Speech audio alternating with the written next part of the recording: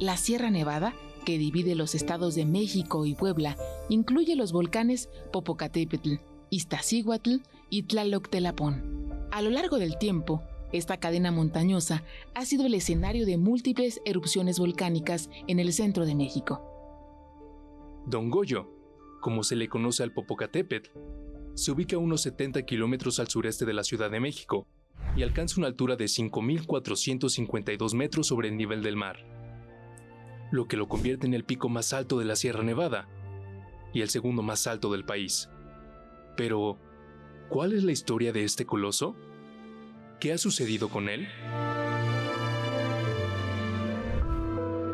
A lo largo de su historia, y según los expertos, el Popocatépetl ha producido al menos 27 erupciones explosivas de medianas a grandes. Los registros de actividad del Popocatépetl datan del siglo XIV. En este contexto, Don Goyo es el volcán activo de la Sierra Nevada y además, uno de los más riesgosos del país, ya que se ubica en una región densamente poblada, con más de 25 millones de personas viviendo a menos de 100 kilómetros de su cráter.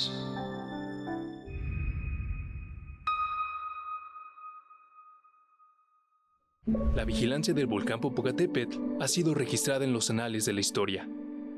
Según Bernal Díaz del Castillo en el libro Historia verdadera de la conquista de la Nueva España, nos dice: el capitán Diego de Ordaz con sus 2 compañeros fue su camino hasta llegar arriba, y los indios que iban en su compañía se quedaron en lo bajo, que no se atrevieron a subir. Y parece ser, según dijo después Ordaz y los soldados, que al subir comenzó el volcán a echar grandes llamaradas de fuego y piedras medio quemadas y livianas, mucha ceniza, y que temblaba toda aquella sierra y montaña donde está el volcán, que estuvieron quedos sin dar más paso adelante hasta ahí de a una hora que sintieron que había pasado aquella llamarada, que no echaba tanta ceniza ni humo, que subieron hasta la boca, que era muy redonda y ancha, que abría en el anchor, un cuarto de legua, que desde ahí se parecía a la gran Ciudad de México, toda la laguna y todos los pueblos que están en ella poblados. Después de acá, desde que estamos en esta tierra, no le habemos visto echar tanto fuego, ni tanto ruido como al principio. Y aún estuvo ciertos años que no echaba fuego hasta el año 1539, que echó más grandes llamas, piedra y ceniza.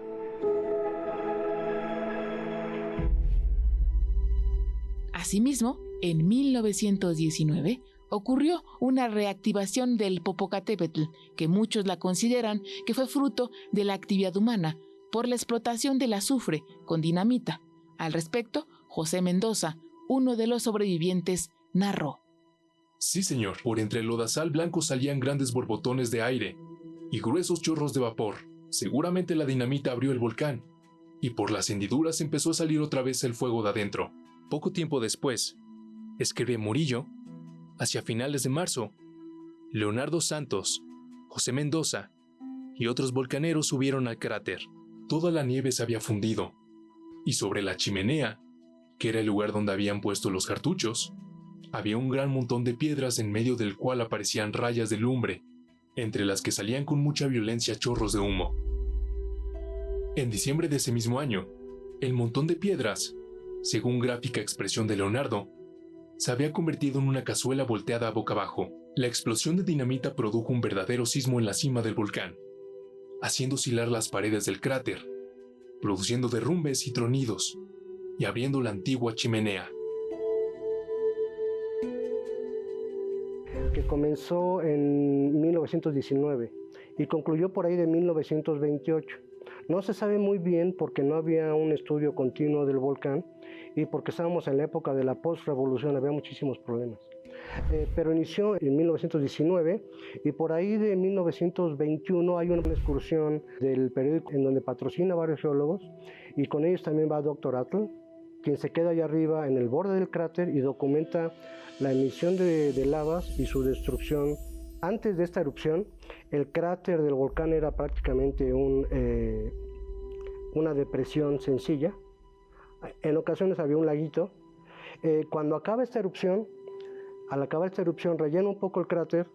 Hay un cráter interno de 160 metros de diámetro y es el que tenía un laguito antes de la erupción en 1994.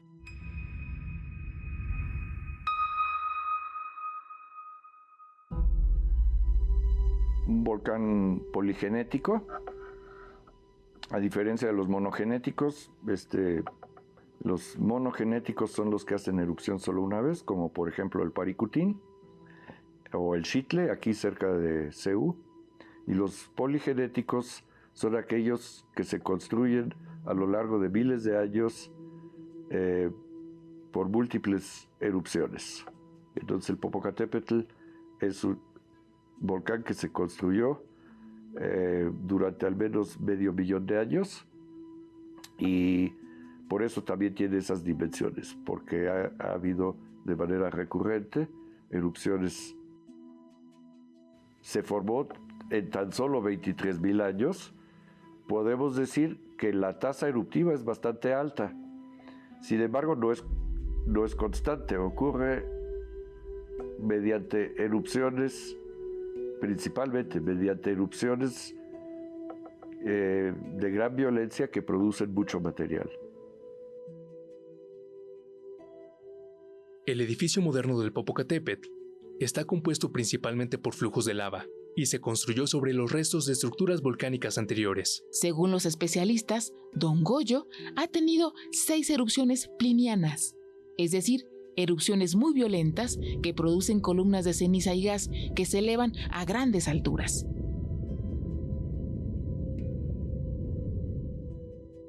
Bueno, usamos técnicas tradicionales de la geología, o sea, esencialmente técnicas estratigráficas, a donde uno observa capa por capa y también los componentes de las capas, o sea, la ceniza, la piedra pómez, los fragmentos de lava.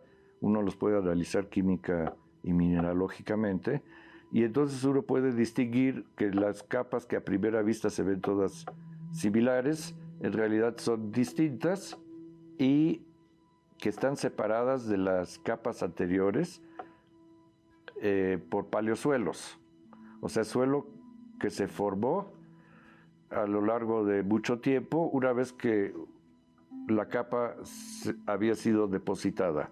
Y entonces existen estas secuencias que se sobreponen y que nosotros podemos estudiar con detalle, podemos ver el área que cubren, podemos medir su espesor, y entonces a raíz con esos valores podemos estimar su volumen, pero también las podemos fechar, porque los paleosuelos contienen materia orgánica que es fechable con el método de carbono 14, entonces podemos determinar también su edad, y por eso sabemos, por ejemplo, que la última gran erupción a donde se colapsó el cono ocurrió hace 23.000 años.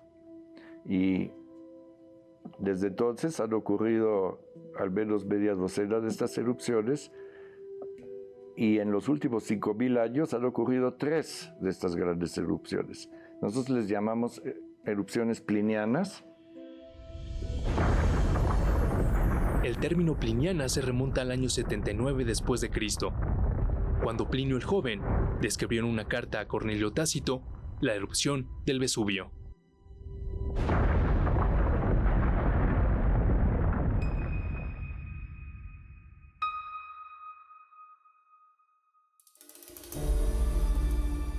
La historia eruptiva es determinar qué tipo de erupciones ha tenido el volcán en el pasado, qué tipo de depósitos ha arrojado alrededor, qué zonas ha afectado, qué volúmenes arrojó, porque entre mayor sea el volumen, la magnitud de la erupción es más grande. Algo muy importante al estudiar la historia eruptiva de un volcán es que estudiamos los depósitos que el volcán arrojó en algún momento, porque cubren los suelos que había en ese momento, pueden acabar con todo el bosque, carbonizar el bosque, fragmentos de árboles pueden estar dentro de los depósitos, y entonces son depósitos de considerable magnitud en espesor. Desde centímetros pueden ir hasta metros o rellenar barrancas completamente. Entonces, de la historia eruptiva del volcán sabemos que el cono actual tiene 23.000 años. Antes de esto había un cono más grande que se derrumbó, se fue hacia el sur, hacia los estados de Morelos y Puebla. Parte de estos depósitos que se llaman de avalanchas de escombros se encuentran actualmente al sur del volcán, y a partir de este momento queda un volcán destruido, casi prácticamente a la mitad, y abierto como en herradura de caballo, el cráter, viendo hacia el sur. A partir de este momento comienza a haber nuevas erupciones, se comienza a rellenar el cráter, y aunque parece paradójico, las erupciones van haciendo que el volcán crezca, hasta el volcán que conocemos el día de hoy.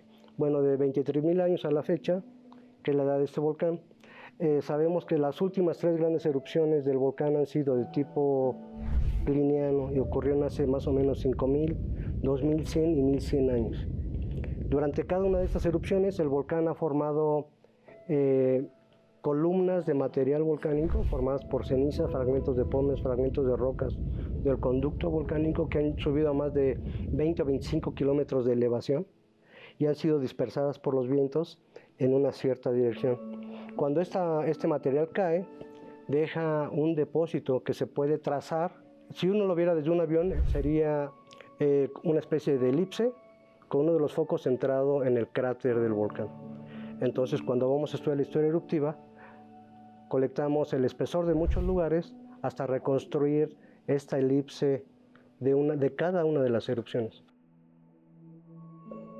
Se han identificado 3 erupciones plinianas durante el Holoceno. La Pomezocre, ocurrida entre los años 5333 y 5509 a.C., la Pómez Lorenzo, hace aproximadamente 2150 años, y la Pómez Rosa, hace unos 1100 años.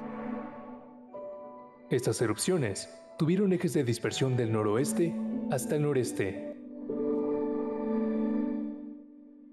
Bueno, tenemos las erupciones actuales, que son súper difíciles de reconocer porque como son muy chiquitas, aunque a nosotros nos parezcan muy grandes las de 2000, 2001 o la de 1997, que fueron importantes, porque la del 2001 produjo nubes ardientes que bajaron y también acabaron de fundir parte del glaciar, del Popo, y pues formaron estas también corrientes de lodo lajáricas, que llamamos lajares, un poquito diferentes. Pero antes de eso, o sea, de las plinianas y las que tenemos actualmente, tenemos unas un poquito diferentes, que son entre estas enormes plinianas que producen muchísima pómez y muchísima caída de pómez y de ceniza. Tenemos otras erupciones, como las erupciones que hemos reconstruido en la parte con los arqueólogos, en la parte de campo de los arqueólogos, que hemos encontrado diferentes materiales cerámicos. Ha habido otras personas que han estudiado la parte oriental del volcán, pero nosotros hemos estudiado un poquito más la parte de Amecameca, las excavaciones por ejemplo, con Portocarrero, que publicamos también.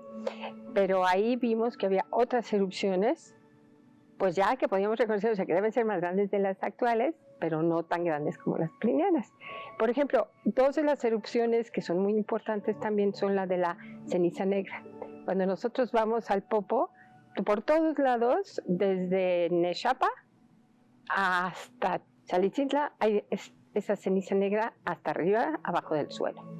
Entonces, esa erupción obviamente fue importante. Pensamos que podría ser una de las erupciones como la de 1663 a 1665, que tenemos, precisamente publicamos en 2016, ya histórica, donde ya hay cuestiones escritas.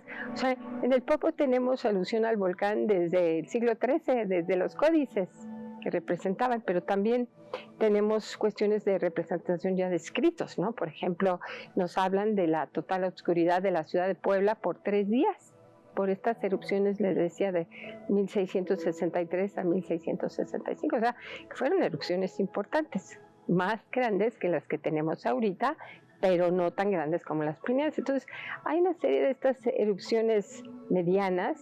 Nosotros estas medianas las presentamos en el mapa de peligros como las anaranjadas, parecidas a las de 1997 y también a las de 2000-2001.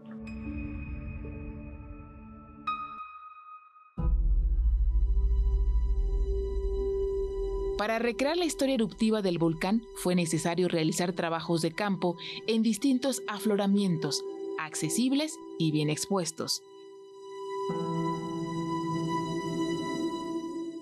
cerca de los pueblos de Nepopoalco y Chalicintla.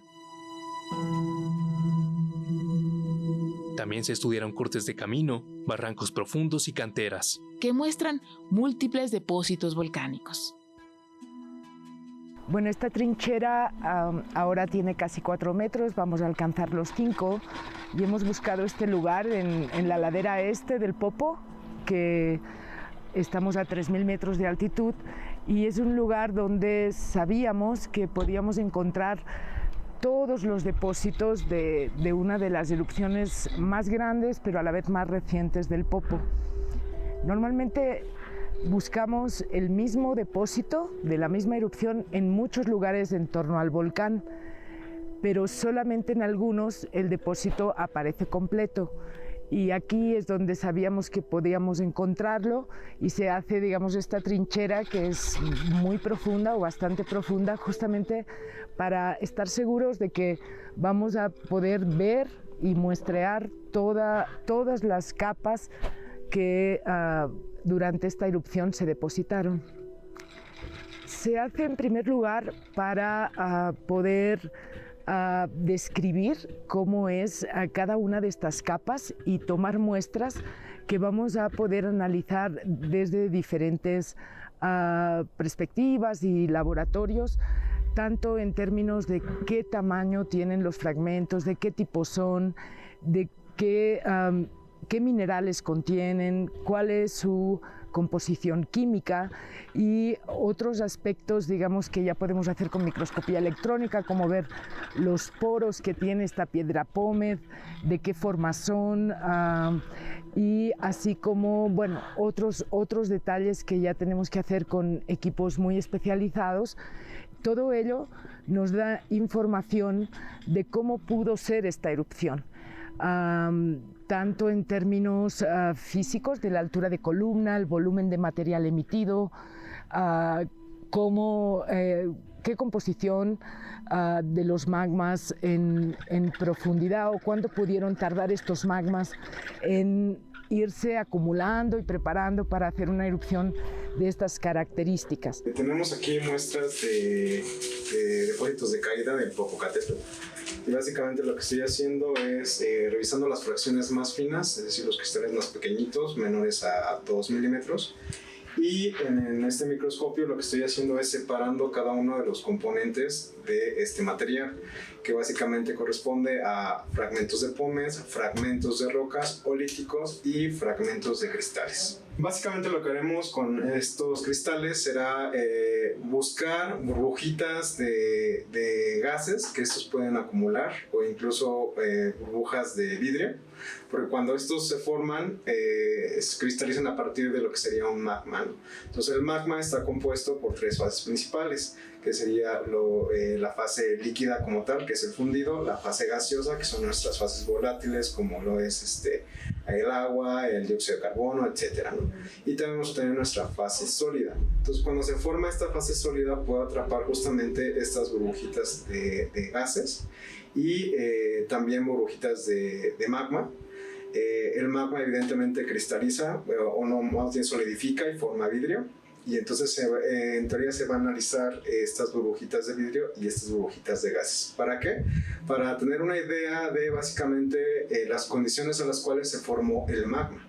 Es decir, condiciones de presión, de profundidad, de temperatura, incluso la composición química. Conocer todo esto nos ayuda justamente a entender cómo es el funcionamiento del sistema magmático debajo de los volcanes. En este caso, este estudio está enfocado en el volcán Popocatépetl, así que ello nos ayudará a entender justamente las condiciones a las cuales se forman estos magmas procedentes justamente del interior de la Tierra. A partir del análisis de estos depósitos, se estimaron el espesor y el tamaño del grano de cada capa de fragmentos de roca expulsados en diferentes erupciones. Además, se describieron sus texturas, colores y concentración de minerales. Se tomaron muestras de todas las unidades para realizar análisis químicos del vidrio volcánico y se recolectaron fragmentos para estudios de datación geocronológica. La investigación volcanológica y de geología volcánica en específico es una parte de la evaluación o va encaminada, entre otros objetivos, a la evaluación de peligros. Lo que nosotros podemos aportar a Protección Civil es una evaluación del peligro, es decir, de qué tipo de actividad el volcán podría desarrollar, qué tan grandes podrían ser las erupciones y qué áreas podrían afectar. Entonces, cuando una erupción se ha caracterizado, conocemos cómo ha sido en el pasado, junto a otros estudios que han analizado otras tantas erupciones, podemos tener un panorama de los diferentes tipos de erupción y estilos de actividad que el volcán ha tenido en el pasado. Y eso entonces nos permite plantear escenarios futuros.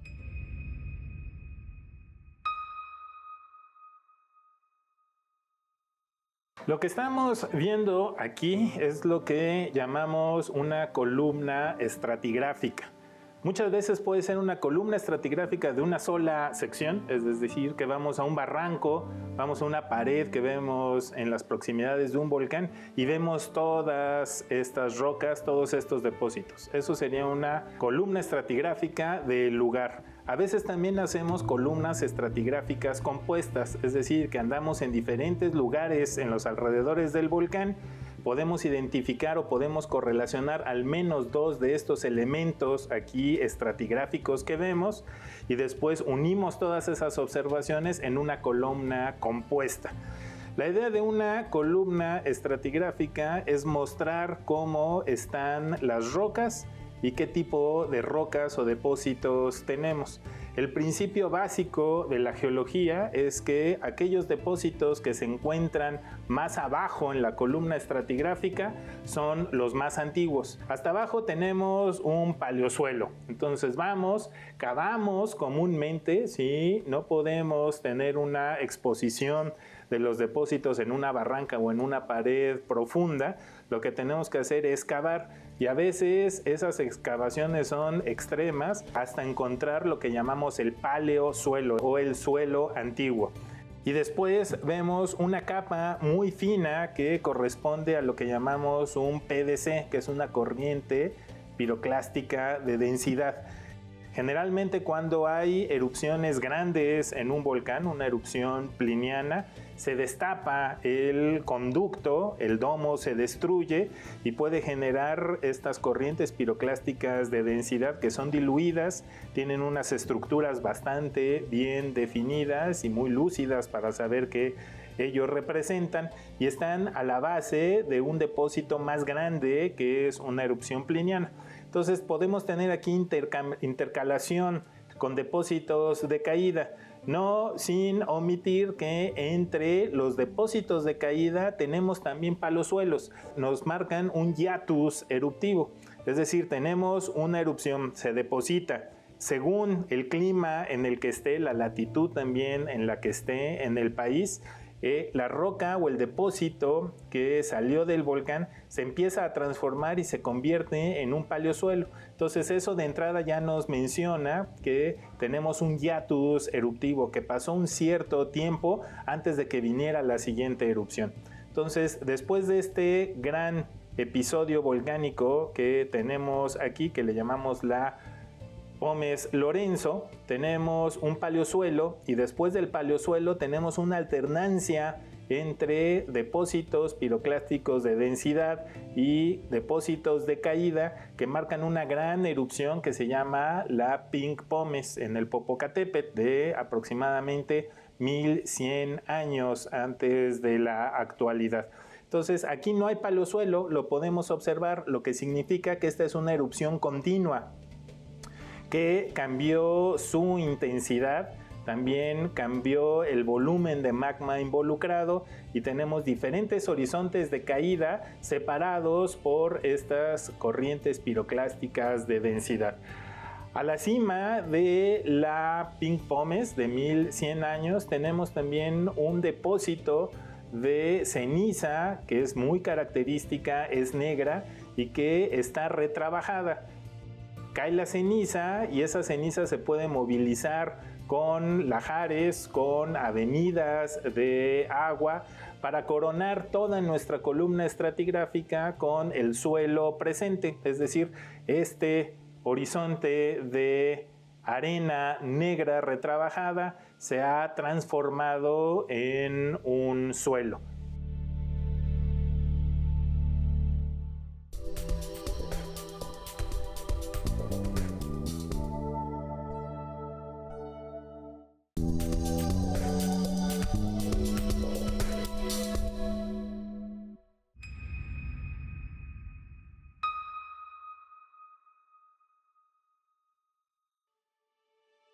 Gracias a experimentos y a la recolección de materiales expulsados por el volcán, Se ha logrado identificar 2 cámaras magmáticas. una a 4.000 metros y otra 8.000 metros de profundidad aproximadamente. Esto ha permitido crear modelos experimentales de los reservorios del volcán.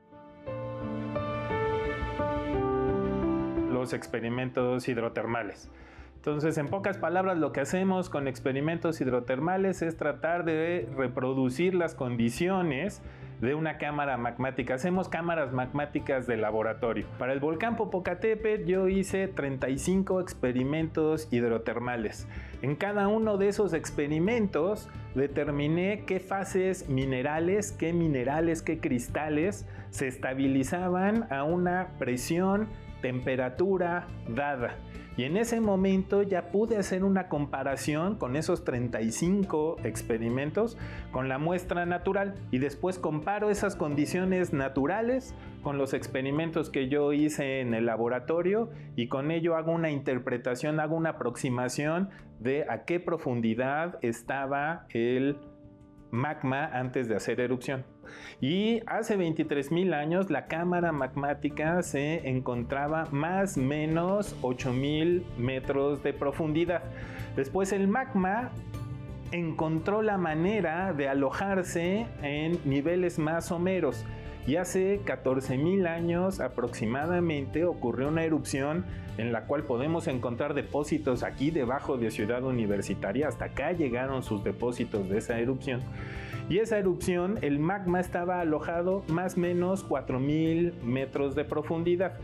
Esa profundidad se mantuvo durante la erupción de hace 2,500 y la de 1,100 años. A esa profundidad estaba el magma. La erupción actual, uno se preguntará, ¿también estaba a esa profundidad? Ahí se encuentra alojado el magma. Primero, no hemos encontrado un volumen de magma dado o parecido al que generó las erupciones explosivas plinianas de 1,100, 2,500, 14,000, 23,000 años. No hay ese volumen de magma. Y segundo, el magma se está alojando, está transitando por un enjambre de diques que lo lleva a niveles muy someros y en donde parece que dos sistemas diferentes, independientes, están arribando a esta zona transitoria e inclusive o se están mezclando ahí o se están mezclando a niveles prácticamente de cráter eruptivo. Entonces eso sucedió en el 2001, por ejemplo. En el 2001 hay registro de una erupción que generó un PDC o un flujo piroclástico, como popularmente se conoce, y es una mezcla de magmas, dos magmas de diferente composición que no tuvieron la habilidad de mezclarse totalmente en esta última transición hacia la superficie y parecería que hubieran salido por enjambres de diques diferentes y ya muy cerca del cráter o en el cráter mismo se mezclaron para generar una erupción explosiva que terminó en un flujo piroclástico. Las evidencias en el trabajo de campo muestran la existencia de magmas que salieron de diferentes alturas, es decir, hay reservorios a diferentes profundidades. Hemos encontrado que el magma no viene de una gran cámara, sino viene de diferentes profundidades que se mezclan y se estancan en diferentes formas. Entonces, estos son conocimientos que como que cambian lo que mucha gente pensaba antes, ¿no? O sea, hay una zona donde proviene un poco más del magma del Popo, pero hay otros magmas que vienen de mayores profundidades. y luego hay unas que creemos que son, no sé si llamarles cámaras o reservorios pequeñitos, que se van como atravesando diferentes profundidades y van subiendo. ¿Y eso cómo lo sabemos? Porque por las muestras que tenemos. Entonces, hay muestras que nosotros podemos ver, no nada más la parte teórica que podemos interpretar, sino la podemos ver físicamente, los diferentes materiales, las diferentes composiciones. En parte son más sólidas, en parte están más líquidas, están más viscosas o están más fluidas y vienen acompañadas de diferentes cantidades de gases. Entonces, por eso el proceso no es simple, no es como en los volcanes muy sencillos que se abren, sube el magma de cierta profundidad y ya, sino que aquí es una combinación de diferentes estructuras que va atravesando y que entonces lo que tienes de resultado es la combinación de todos estos procesos. Eso yo creo que también se debe a que el Popo tiene una historia compleja. De hecho, publicamos un artículo con varios colegas, con la doctora Arango, donde vimos que la estructura más antigua es la zona de Tlamacas, luego es la zona que tenemos estos otros volcanes más viejos, ¿no? El Ventorrillo en Expayantla y luego el Popo actual. Entonces, toda esa parte de esa construcción de los diferentes que crecen y se destruyen, pues obviamente hacia el subsuelo lo hacen más complejo. En los últimos 30 años yo he participado o he tenido varios proyectos sucesivamente que han tenido como fin conocer mejor la historia eruptiva del volcán. Y nos hemos enfocado en los últimos 25,000 años porque esos son los depósitos más jóvenes y son los que afloran en la superficie. Los depósitos más antiguos pues están sepultados en el interior del volcán y no tenemos realmente acceso directo a ellos. Por eso, dentro de más nos remontamos hacia el pasado, más difícil es conocer lo que ocurrió. Sin embargo, para los últimos 25,000 años hemos podido pues reconstruir bastante bien la historia, al menos en lo que respecta a los eventos de mayor magnitud.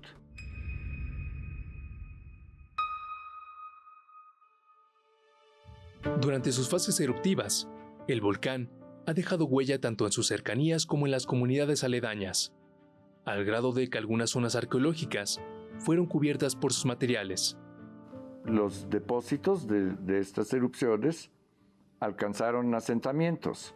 Así lo han demostrado excavaciones arqueológicas, pero también se puede, en muchos poblados que existen, sobre todo del lado poblano del Popocatépetl, abajo de las capas de Pobes uno puede encontrar restos arqueológicos. Entonces se sabe que aldeas enteras fueron sepultadas por las capas de Pobes y ceniza. Tal vez uno de los lugares más conocidos se encuentra entre San Nicolás de los Ranchos y Nealtican. Ahí está un llano que llaman el llano de Tetimpa. Ahí la gente en las últimas décadas ha explotado precisamente las capas de Pobes para producir bloques de concreto. Y debajo de las capas de Pobes se han encontrado restos de antiguas aldeas y hubo un grupo de arqueólogas de la Universidad de las Américas que llegaron a un acuerdo con los que explotan la Pobes, y cada vez que encontraban algo significativo les permitían a ellas entonces llevar a cabo excavaciones en forma de tal manera que se pudiese hacer un registro profesional de los restos arqueológicos. Al igual que de la zona de Cholula, más que de Cholula, la zona de Nealtican, que ya está un poquito más cerca del volcán, las arqueólogas de la Universidad de las Américas hicieron varias excavaciones y ven los montículos, y de hecho pudimos ver con ellas inclusive hasta lugares que tenían comida dentro de la cerámica y las casitas que tenían. Es algo interesantísimo. Y años después, nosotros cuando estábamos precisamente trabajando ya la actualización del mapa de peligros y nos tocó la excavación que estaban haciendo para la carretera esta que hicieron de Chalco hasta Ozumba y que se continúa hasta Cuautla. Entonces, esta excavación que ahorita ya desgraciadamente está abajo de la carretera, pues pudimos medir todos los diferentes depósitos y ver la cerámica, inclusive revisamos las zonas alrededor del volcán, no nada más en la zona de Meca, pero extendimos nuestro trabajo posteriormente, ya otro proyecto, hacia la parte, por ejemplo, de la zona un poquito más al sur, cerca de Ozumba y todas estas áreas, para ver hasta dónde habían afectado a las poblaciones. Entonces, precisamente hicimos este estudio de estas capitas delgadas que cubrían esa zona para ver precisamente cuáles eran erupciones y cuáles no.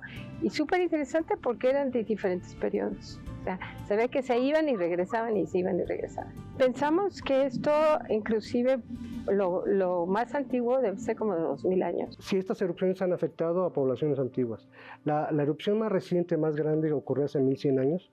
Esa erupción formó varias columnas plinianas, después flujos piroclásticos que destruyeron todo como a 20 kilómetros. También sepultaron los glaciares del Iztaccíhuatl y todo eso después fue removilizado por lluvias y por el deshielo de los glaciares. Entonces prácticamente todo lo que se encuentra alrededor del volcán, desde Ameca Meca hasta Cholula y otras partes, fueron afectados por inundaciones volcánicas que conocemos como lahares después de la erupción.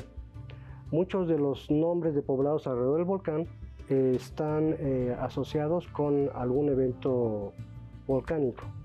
Por ejemplo, Amozoc significa donde termina el lodo, que ya está muy cerca ya está mucho más alejado del volcán Iztaccíhuatl, por ejemplo. Pero aquí sí vemos que todo quedó como un lodazal. La pirámide de Cholula fue inundada por estos lahares del volcán Popocatépetl. La erupción de 2100 sepultó poblaciones prehispánicas en la parte hacia el noreste del volcán. Los pobladores dejaron todas sus pertenencias. Se ve que la erupción ocurrió tan rápido que ellos no tuvieron la oportunidad de llevarse sus pertenencias. Los arqueólogos han encontrado ollas con frijoles que estaban hirviendo. No tuvieron ningún tiempo para tomar sus pertenencias y huir. Y la de 5000 años en la región la conocen como esa pómez que produjo el volcán. De ahí hacen ladrillos y en general la llaman la pómez del diluvio. Entonces, pero también asociado a estas inundaciones volcánicas.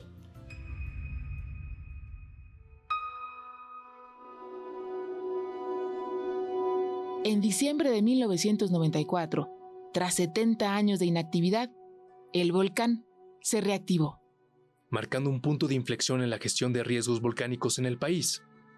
A partir de este evento, se destacó la necesidad de un mapa de peligros volcánicos, una herramienta esencial para el manejo de crisis volcánicas. Ya teníamos varios vulcanólogos en el departamento de reconocido prestigio mundial que habían hecho estudios del volcán, ¿sí? Principalmente dos volcanes, que es el de Colima y el Popocatépetl. Dependiendo del interés del vulcanólogo estudiaba.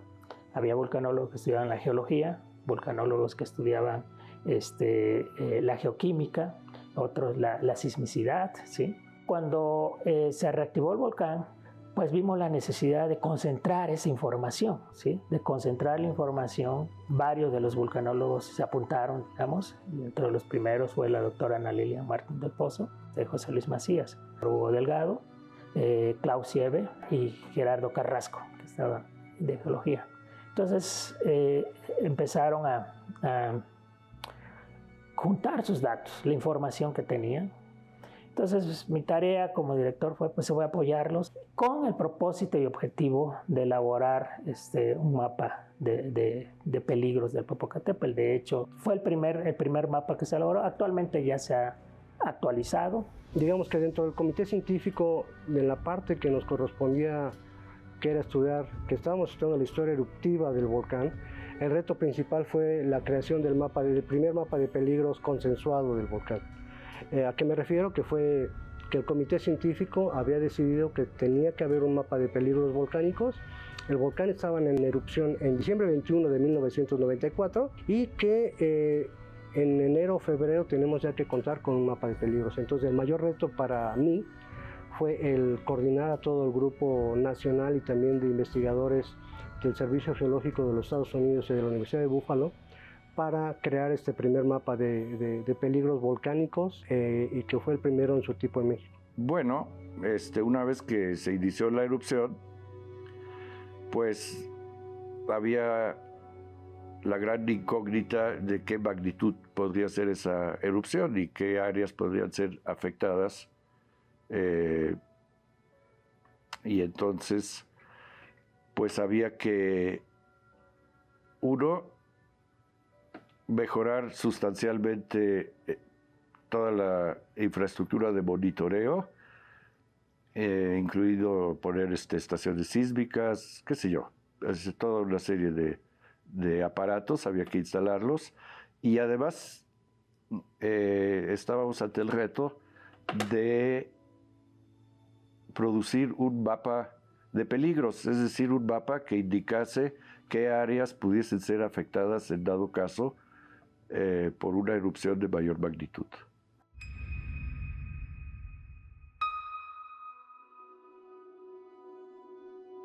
Sí, o sea, el mapa de peligros está basado en la historia eruptiva del volcán y el alcance que tuvieron las erupciones y qué clase de depósitos ocuparon qué zonas.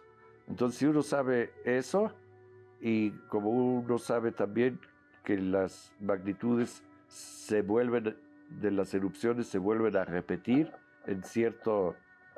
con cierta periodicidad, podemos saber qué áreas van a ser afectadas nuevamente en caso de la recurrencia de una erupción pliniana, por ejemplo. En su momento llegamos a entender que el volcán Popocatépetl es un volcán que tiene erupciones de gran magnitud, que pueden estar separadas entre 1000 y 2000 años. Pero en el intermedio entre las grandes erupciones hay erupciones pequeñas como la que actualmente estamos viendo, que comenzó en el 94. Esas erupciones pudimos documentarlas a través de una serie de reportes, códices, relatos de viajeros, etcétera, que nos permiten entender cuál es la actividad del volcán Popocatépetl entre estas grandes erupciones. Y es que estas erupciones, geológicamente hablando, pues son inexistentes. ¿Por qué? Porque estas erupciones, salvo una, no han dejado registro geológico. Entonces es difícil saber cuáles son las características de una erupción volcánica de esta magnitud. El estudio de un volcán activo requiere una comprensión de toda su historia pasada. Y ahí es donde entran los geólogos, que aquí, muchos de ellos aquí mismo en el instituto, ya habían estado trabajando por razones puramente académicas en la historia eruptiva del volcán Popocatépetl. Podemos decir que a grandes rasgos hay 3 tipos de precursores de una erupción volcánica. Uno serían los precursores crónicos, que es la historia eruptiva del volcán, todo lo que ha hecho en el pasado geológico. Y ya los geólogos tenían una idea clara de que el volcán había hecho erupciones muy grandes, muy importantes. Toda esa actividad geológica del pasado geológico reflejaba el potencial que tiene el volcán para una posible erupción del futuro, por eso se les llama precursores crónicos. Era vaciar esa información geológica en un mapa de peligros, que es en el fondo un mapa geológico donde están determinados los alcances que han tenido las erupciones pasadas, del pasado geológico, y la frecuencia con que se han repetido o con las que han ocurrido estas erupciones en el pasado. Para hacer el mapa de peligro, lo que tenemos que saber es precisamente la historia eruptiva que se recaba de la estratigrafía volcánica.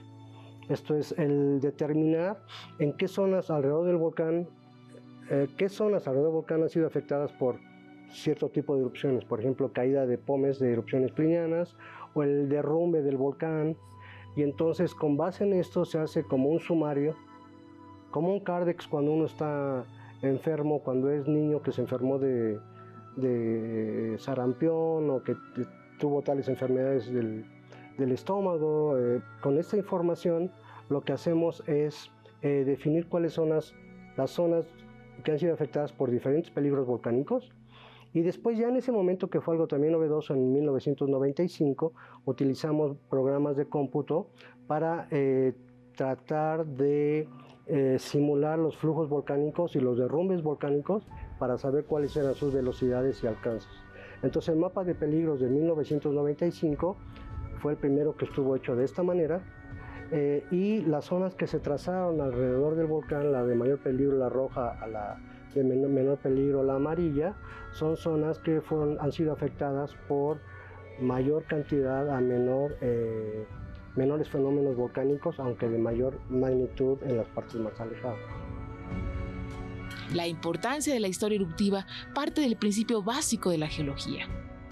Lo que ha ocurrido en el pasado puede volver a suceder. En el Popocatépetl, hemos observado erupciones que han impactado grandes extensiones, por lo que documentarlas es fundamental para la creación de mapas de peligros. Un mapa de peligro volcánico es un mapa que indica la zona que podrían estar afectada en caso de erupción de un volcán. Normalmente los mapas se construyen con escenarios eruptivos, escenarios de diferente magnitud y diferente frecuencia. ¿Cómo los podemos hacer? Antes que nada necesitamos conocer en el pasado qué erupciones ha tenido el volcán para definir esos escenarios, y después utilizamos modelos numéricos que nos permiten reproducirlos y cuantificar las zonas que podrían estar afectadas en caso de que esos escenarios volvieran a reproducirse. Entonces, en un mapa puedo saber cuáles son las poblaciones o infraestructura que podría estar afectada, por ejemplo, como el caso del volcán Popocatépetl, por escenarios como lo que estamos viendo, y por eso caída de ceniza, o escenario de mayor magnitud que incluye la formación de flujos piroclásticos o lahares en caso de temporada de lluvia. ¿Cómo lo utilizamos? Los mapas de peligro son herramientas fundamentales, sea para la población que vive en las zonas expuestas, porque sabe a qué tipo de peligro puede estar expuesta, así como los tomadores de decisiones, porque en caso de crisis volcánica saben hacia qué población dirigir mayores esfuerzos. Y de ahí derivar los que son mapas de riesgo. Un mapa de riesgo es un mapa en donde ya se identifica cuáles son las zonas expuestas, cuáles podrían ser las pérdidas en caso de erupción, pérdidas en cuanto a vidas y en cuanto a infraestructura. Entonces, para poder hacer una evaluación de riesgo, antes que nada necesitamos un mapa de peligro, la zona de exposición, un análisis de vulnerabilidad física y un análisis de vulnerabilidad social. Por eso que los mapas de peligro son la base de todos esos tipos de estudio y necesaria para poder mitigar los efectos de una erupción como la de Popocatépetl. Un mapa de peligros volcánicos identifica las zonas que pueden ser afectadas en una crisis volcánica. En él se observan distintos fenómenos, como la caída de ceniza, los balísticos, los flujos y oleadas piroclásticas, los lahares, las avalanchas y los derrames de lava. Decidimos que lo íbamos a representar separando los diferentes escenarios porque las cenizas son el fenómeno más común y que más está afectando a la población, aunque creamos que no.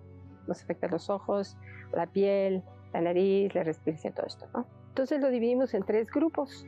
El grupo que se encuentra de más frecuencia está representado en el mapa de peligros de caída como el material que está en rojo. Un acercamiento, por ejemplo, a la zona que está en rojo, vemos que la ciudad de Puebla, el sur de la Ciudad de México, por ejemplo, zonas cercanas a Chalco, a veces Milpa Alta, todas estas áreas, y la parte hacia Morelos, hacia Tetela del Volcán, son las que están en rojo, son donde cae mucho más ceniza, aunque dentro de este periodo hay erupciones que pueden tener un radio mucho más grande, inclusive cercanos a Querétaro. Y cuando vemos la parte naranja, es en las erupciones un poco más grandes, pero en este periodo tuvimos la de 1997 y la de 2000-2001 que entraron dentro de las naranjas. Y vemos que hay varias zonas, vemos por ejemplo ahí también vemos las mismas que que en la anterior, pero tiene una distribución un poquito más grande, porque esas seguro pues ya tendrán Querétaro, ya muy más ceniza en la costa. Y también vemos ahí representados todos los avioncitos, porque por eso en la ciudad de Puebla, donde está el aeropuerto, pues se ha cerrado varias veces, y así como el aeropuerto de aquí de la Ciudad de México. Y la amarilla representa la distribución de las erupciones plinianas, que es menos frecuente, por eso está en amarillo, y entonces tiene una muchísimo más grande representación. Entonces esta idea de representar lo más probable en rojo, la intermedia en naranja y la menor probabilidad en amarillo, pues realmente representa esta idea de que, pues ¿cuál es la más peligrosa ahorita? Pues las que tenemos ahorita, como lo dice su nombre, balísticos. ¿Qué nos pasa si nos cae una bala? Pues así nos pasa cuando subimos al Popo sin permiso. La zona de 12 kilómetros de exclusión alrededor del Popo, que ya se está multando y que no deben subir esa zona, precisamente una zona donde se arriesgan la vida, ¿sí? Porque hay veces que caen fragmentos muy grandes. Estos balísticos tienen una trayectoria de impulso como una bala. Es como estar adentro de una cantera donde están dinamitando. Los colores es igual. La zona donde actualmente se producen estos balísticos, donde están cayendo todo el tiempo, es la zona en rojo. En las erupciones un poquito mayores, que también hemos tenido durante estos periodos, está en naranja, y la de los balísticos más grandes, los fragmentos muy, muy grandes, pues hemos visto fragmentos grandes hasta en Ixapa y zonas así mucho más lejanas, ¿no? Lajar es estos materiales que son como corrientes de lodo, pero traen mucho material disuelto y a veces fragmentos hasta bastante grandes, de muchos tamaños. Entonces esta mezcla de bloques y ceniza de agua fluye por las laderas y es como cemento. Y entonces arrasa todo lo que está arrancando y deposita en otros lados. Ha habido lajares de diferentes tamaños. Ha habido lajares que han entrado a Xalitzintla, inclusive a la orilla de San Nicolás. A Ixapa han tirado del lado noroeste, o sea, si ven ahí, está Ixapa de un lado y está Xalitzintla del otro, que esos han sido afectados en varias ocasiones, no nada más 97, 2001, también en 2010, también en otros países han sido afectados. Por ejemplo, en rojo es el más común, pero también tenemos los fenómenos anaranjados, que debemos ahí representar como anaranjados, que hay muchos pueblos que están en esa zona de los lajares. Los flujos piroclásticos son un fenómeno muy, muy peligroso, por eso se llaman nubes ardientes, porque son como tolvaneras, pero que son de 300, 700 grados de temperatura y son muy, muy rápidas, fluyen más rápido que el agua. Si se fijan, no hay rojo, hay naranja nada más. ¿Por qué? Porque en las erupciones pequeñas no ocurren estos colapsos de estas columnas piroclásticas que forman las nubes ardientes, pero sí ocurrieron en 2001. El mapa de peligros fue con fondos precisamente del FOPREDEN. Entonces, y para precisamente el objetivo es para darle la mayor difusión posible, tanto para las autoridades como para la población. Entonces, estos mapas los pueden adquirir directamente en físico, tanto aquí en el Instituto de Geofísica de la UNAM, como en el CENAPRED. Y también están en línea, también están en la página del Instituto de Geofísica y en la del CENAPRED. Estos mapas son fundamentales para la elaboración de planes de emergencia y resultan esenciales en la planificación del uso de suelo en regiones cercanas a volcanes activos. Para hacer un mapa de riesgo se necesita un mapa de peligro y con base en el mapa de peligro evaluar cuáles son las zonas expuestas dependiendo del escenario eruptivo y con base en un análisis de la vulnerabilidad física, social, económica, estimar los posibles daños. Entonces, el mapa de peligro es una herramienta fundamental sin la cual no podemos hacer protocolos o eventualmente tomar decisiones durante una crisis volcánica. En ese sentido, el papel del CENAPRED fue el brindar los elementos técnicos y científicos sobre el conocimiento del volcán para que a partir de ellos se fueran diseñando estos planes operativos para, en caso de una emergencia, pues poner en práctica todos estos protocolos. El Popocatépetl es mucho más que un imponente volcán en la Sierra Nevada de México. Su historia geológica y su actividad reciente nos recuerdan la constante amenaza que representa para las comunidades cercanas. Con al menos 3 erupciones plinianas documentadas en esta era, este coloso ha dejado huellas imborrables en la región. Desde los restos de antiguas civilizaciones hasta la necesidad urgente de herramientas de monitoreo. En especial, la reactivación de 1994 subrayó la importancia de un enfoque integral para gestionar los peligros volcánicos. Con la creación de mapas de peligros, la comunidad científica ha logrado identificar las áreas más vulnerables y con esta información ayudar a las áreas de protección civil para establecer planes de emergencia que pueden salvar vidas en caso de una nueva erupción. Gracias al monitoreo continuo del CENAPRED, el trabajo de investigación de la comunidad científica, a la recopilación de datos geoquímicos, geológicos y a la mejora de las tecnologías, es posible tener mapas más precisos y datos más certeros de lo que pasa dentro del gran coloso. Al mirar al Popocatépetl, nos enfrentamos no solo a la majestuosidad de la naturaleza, sino también a la responsabilidad de prevenir y mitigar los efectos de su imparable poder. La ciencia sigue siendo nuestra aliada más valiosa para proteger a las generaciones futuras. ¿Quieres saber más? Te invitamos a conocer nuestro siguiente episodio.